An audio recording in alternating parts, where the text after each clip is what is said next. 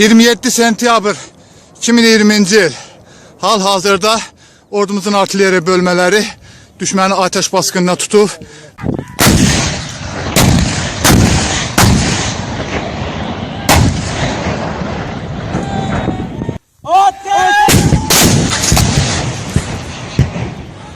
Yaşasın Azərbaycan əskəri!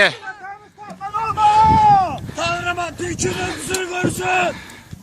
Eşk olsun Azerbaycan ordusuna! Tanrım Türk'ün ordusunu Eşk olsun görsün! Azerbaycan ordusuna! Karabağ bizimdi! Bizim Karabağ olacak! bizimdi! Bizim olacak! Karabağ bizimdi! Halal olsun, eşq olsun sizlərə.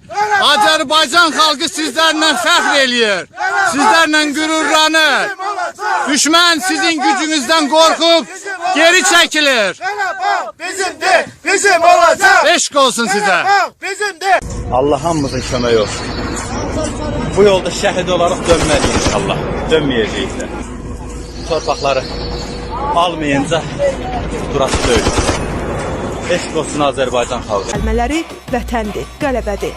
Şəhid yox, şahid olacağıq deyirlər. Ay ulduzlu, 3 rəngli bayrağımızın vətən torpağına sancılmasının şahidi.